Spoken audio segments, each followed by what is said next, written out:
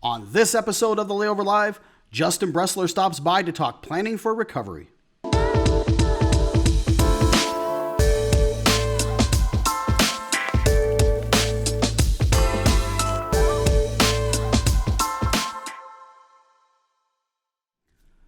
Hello, everyone, and welcome to episode 116 of the Layover Live, where we bring you the top article from the Layover each week. I'm Jason Swick, VP of Digital Marketing, joined by a very special guest today, Justin Bressler, VP of Marketing and Business Development at Visit Denver. So, Justin, welcome to the show. Hi, Jason. Thanks for having me. You bet. Absolutely. We're as excited as you are to be here. And I want to get into it a little bit because we're starting to talk about our theme this week, which is planning for recovery. And I know you guys are doing some good things there. So, as DMOs, we've really started to have to evolve ourselves during this whole crisis, providing a ton of value to our local communities and to our local businesses. In doing that, a lot of DMOs have done a good job of developing content as it relates to informational content and content of utility that's very useful, and even times of entertaining content to try to give people a laugh and some relaxation during these times. But as we're starting to see indicators in the space change, we're starting to kind of feel this shift now to start to think about what recovery might look like. Again, seeing economic indicators, easing of some of the government shelter-in-place restrictions, and recent increases also in DMO web traffic is starting to show signs of moving out of this phase of recovery and more into, or rather out of this phase of crisis and more into a phase of recovery. But listen, this isn't going to happen overnight, and behaviors are certainly going to be changing along the way. But one destination that is starting to plan for that recovery and doing it right now is Visit Denver. And I'm joined here today by their VP of Marketing and Business Development, Justin Bressler. So Justin, maybe let everybody know a little bit about you out there. Well, again, thanks, Jason and Katie in the background there for having me on this call. I know that my career is made now that I've made an episode of the Layover, so I can, Okay. I can hang it up. All I right. can hang it up after this. So I have been at Visit Denver for almost 12 years now as VP of Marketing and Business Development, and my responsibilities include really the management of all the promotional channels that Visit Denver has at its disposal, all of our regular traditional paid advertising, our public relations operations, our social media, obviously our website, and SimpleView is obviously a great partner with us there. The whole scope of our interactive programs, whether it's email marketing, retargeting, search and social media, paid, as well as our publications. There's still a place for those as well. So we are a very busy team. We also assist with the convention marketing on the group side.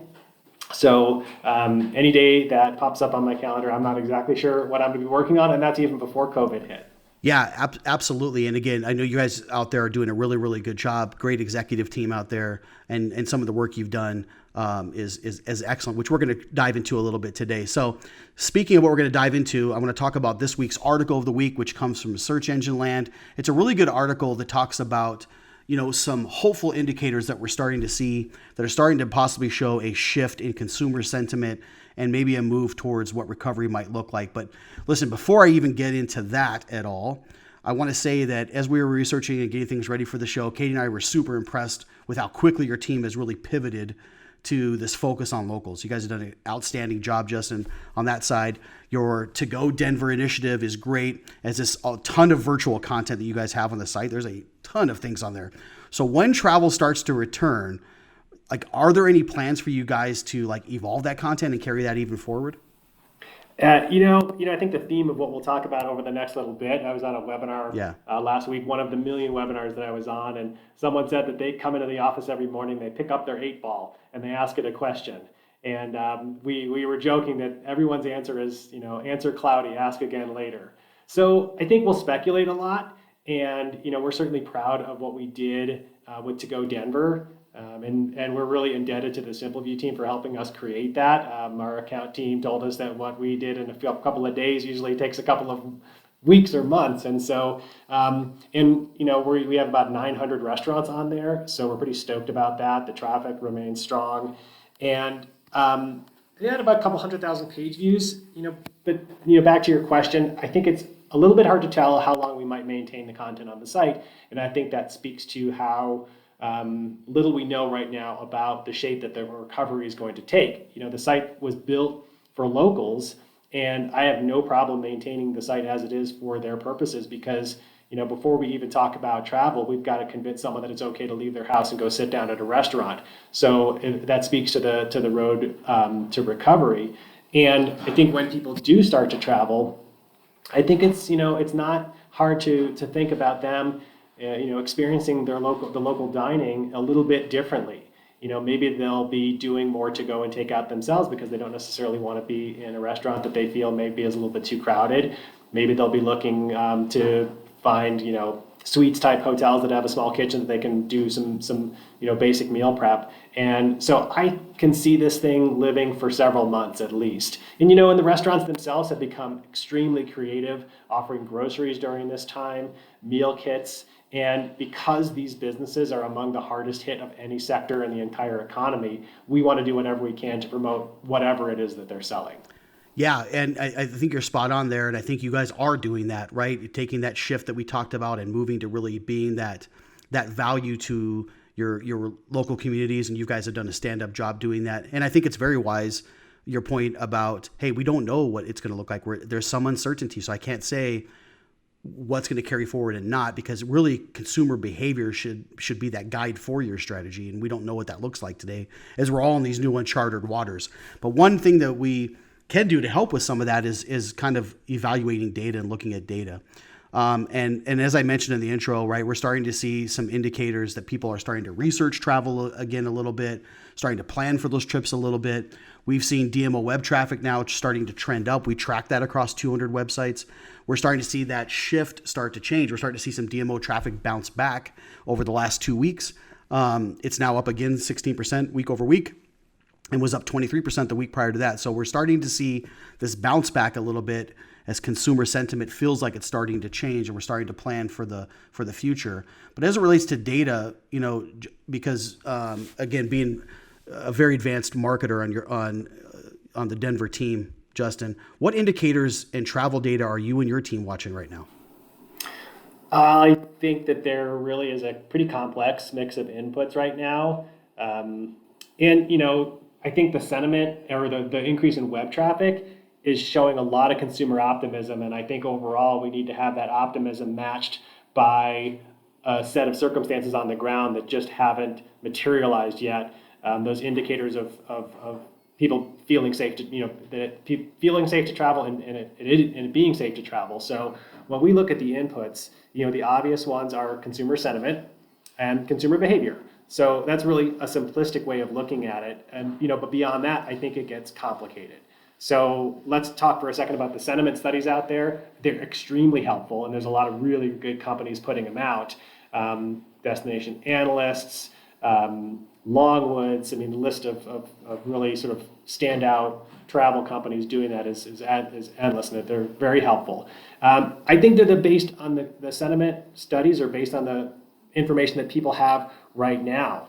And when we look at what people intend to do in 6 months, I think, again, there's that optimism showing through, but it hasn't yet been matched up with situation on the ground that will allow people to travel. So I think that, people don't know what they're going to be able to do 6 days or 6 weeks from now. So it's possible if the situation doesn't really, depending on how long it takes the situation to kind of stabilize on the ground, that those goalposts could move out a little bit further. But let's hope that 6 month we see a return to travel. So that sentiment stuff is very helpful. Hopefully it'll be matched again by that real world activity. And as far as search engine booking goes, we're working really hard and closely with Adara and Sojourn and Expedia. They've been giving great information. And I think those numbers are still a little bit soft. I think we're seeing, like everybody, a lot of search dates and some preliminary bookings that are out into late third and even early fourth quarter. We're seeing some indicators that first quarter of 2021, there's some strong interest there as well. So I think we need to get a little bit further on before those things actually materialize into travel. So, I think the important thing to watch now is the short-term attitudes. How are these reopenings going in these states that have announced it? Do I personally feel safe? And what kind of changes do I need to make to my travel? I'm going to be looking at everything along the consumer journey. When was the last time this plane was cleaned? When was the last time this hotel room was stayed in? Are there too many people in the restaurants right now? So new normal preferences and practices are being developed now in the coming weeks, and we really need those to firm up before people will feel comfortable to travel. So, like I said, I mean, it's tough enough to get people to want to go to get their manicure right now, much less getting on a plane. So, a hopeful eye, but a cautious eye as well. Yeah, and again, I think several things there, words of wisdom, really, really good stuff. It's kind of, this, you guys are kind of, saying, hey, listen, because of these new behaviors, we don't know what it's out there. We're kind of taking this phased approach to getting things back. There'll kind of be this blending of coming out because we got to see what user behavior looks like, got to see what locals look like, got to see what travel starts to look like. And we just don't know. We have to kind of ease back into things and kind of take this phased approach going forward, which is a similar approach that we've been talking to clients about as well. Nobody really knows what's going to happen. We can just predict what's going to happen in these phases and try to plan for those and keep a close eye on some of that data. And the fact you're using several of these data sources and stitching these things together, I think is also very wise and very prudent. It's smart to not just focus on one or two sources, but combine these things to get an overall view of what's happening as best we can, right, in the space. Yeah, and I've given you like a subset of the data too. I mean, there's probably 15 sources that we're looking at. I should say that we're really looking hard at our search data as well. Our search engine agency has been, really instrumental in helping us spot trends that might be coming down the pike. It's a good bellwether for where consumer sentiment is headed.